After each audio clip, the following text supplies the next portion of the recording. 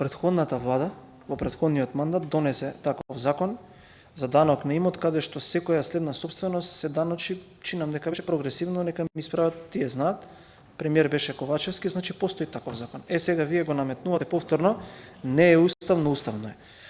Дури да ја прифатиме вашата теза, дека треба дополнително да има рестрикција во насока на одначувањето, верувам дека добро ве сватив. Дали го знаете случајот со солидарниот данок? Повторно ќе ни падне на Уставен суд, па пак ќе треба ние да го враќаме. Не е ова шведска маса што ви рекол Мицковски, што сакаш земи, што сакаш остај.